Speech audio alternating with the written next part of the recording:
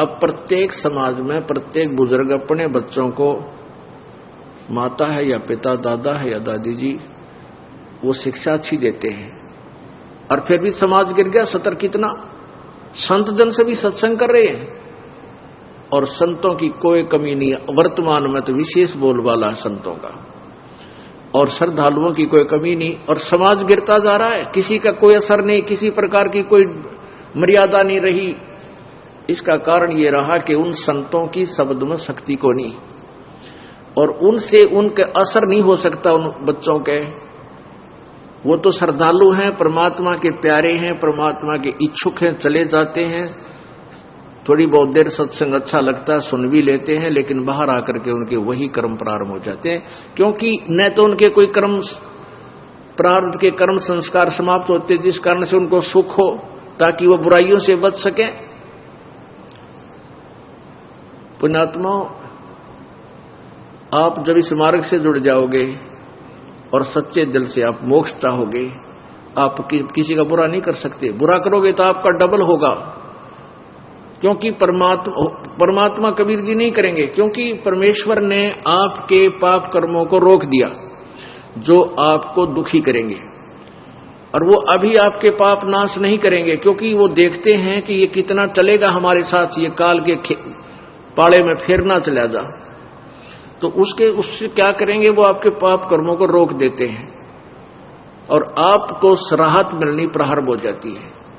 कुछ दिनों के बाद आप छोड़ जाते हो, या फिर आप बीच में कुछ थोड़ा बहुत हेरा फेरी करने की चेष्टा करते हो, किसी कोई जो मर्यादा हमने बता रखी है उसके विरुद्ध क्रिया कर देते हो, आपको हानि, तुरंत हानि हो जाती है, और फिर आपको समझ में भी आ जाती है कि मैंने ऐसी गलती कर दी, आज मुझे इसलिए हानि हुई, तो दूसरी बार आप वो गलती नहीं करते।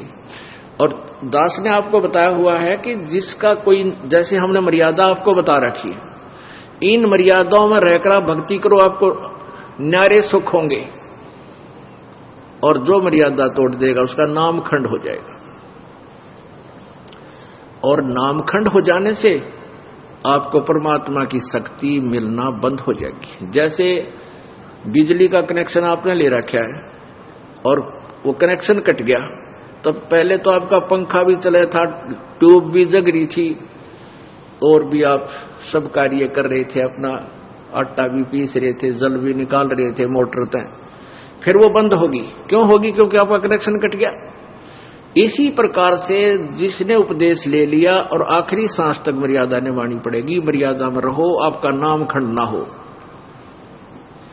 तो आपको परमात्मा की शक्ति का लाभ प्रॉपर मिलता रहेगा।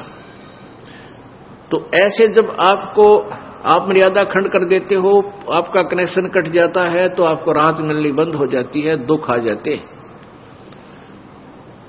फिर आप आकर के यहां आपको बताया है कि बार बार बकवाद नहीं करें, बार बार जानबूझ के नाम को नहीं तोड़ना चाहिए, और किसी कारण से, क्योंकि नए नए बच्चे हैं, समाज में जाते हैं, अन्य समाज जो है हमारी मर्यादा के टोटली विरुद्ध काम कर रहा है। एक परिवार में एक सदस्य नाम लिया और 5 सदस्य आन उपासक है। हमें भी पता है कि हमारे बच्चों का ये नाम शीघ्र सी सेट होने नहीं देंगे, तो परमात्मा के आदेश से ये ऑप्शन छोड़ दिया है कि एक आध बार किसी का ऐसा नाम खंड हो जाए तो दोबारा तुरंत ले लेना चाहिए, नहीं तो लाभ नहीं मिलेगा। तो अब बहुत से बहन बेटी भाई आते हैं, जी मेरे पर गलती होगी, माफ कर दो, क्योंकि उन्होंने गलती की, उनको दूना दुख हो गया मर्यादा तोड़ते ही, और पहले सुख होने शुरू हो गए थे।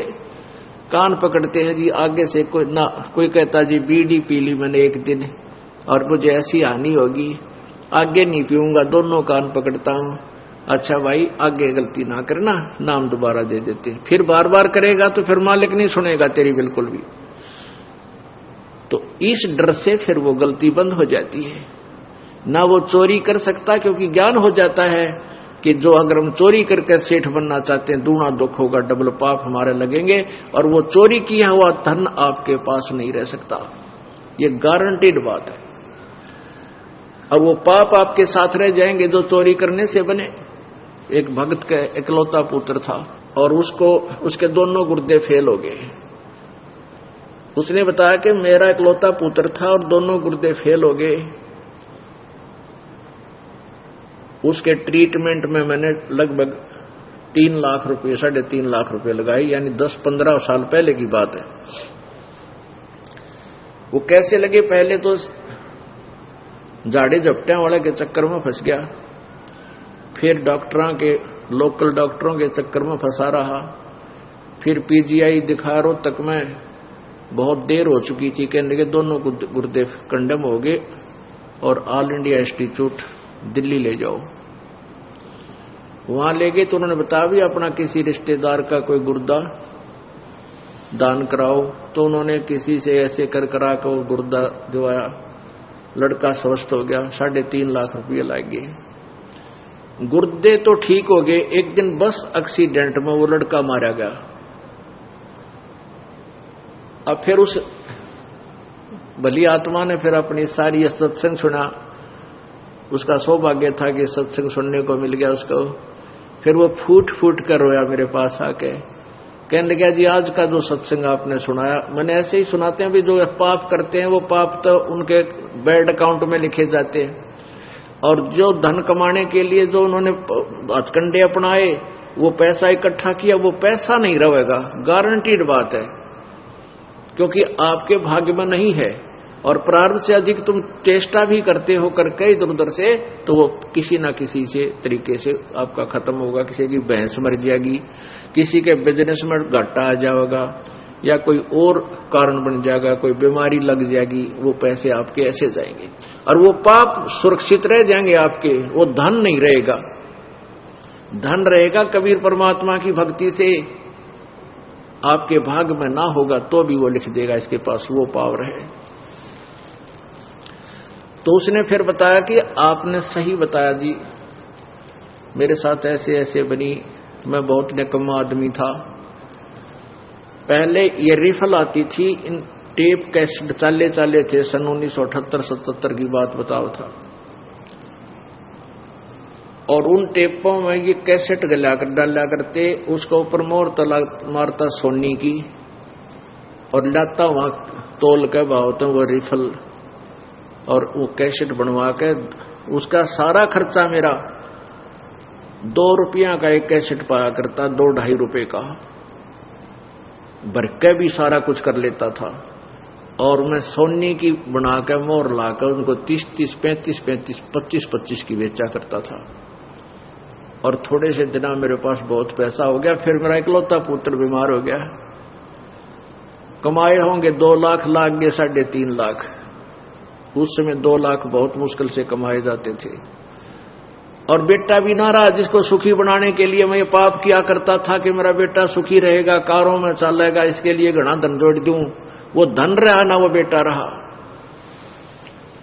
तो पुण्यात्मा, फिर ये परमात्मा की वाणी से आपको डर लगने लग जाएगा, आप पाप नहीं कर सकते।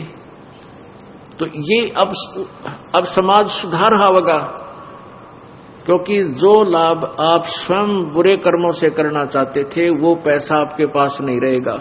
और परमात्मा कबीर जी की भक्ति में इतनी शक्ति है कि आपके प्रारब्ध में नहीं है तो भी लिख देगा, तो भी आपको दे देगा, यदि वो आवश्यक समझेंगे तो।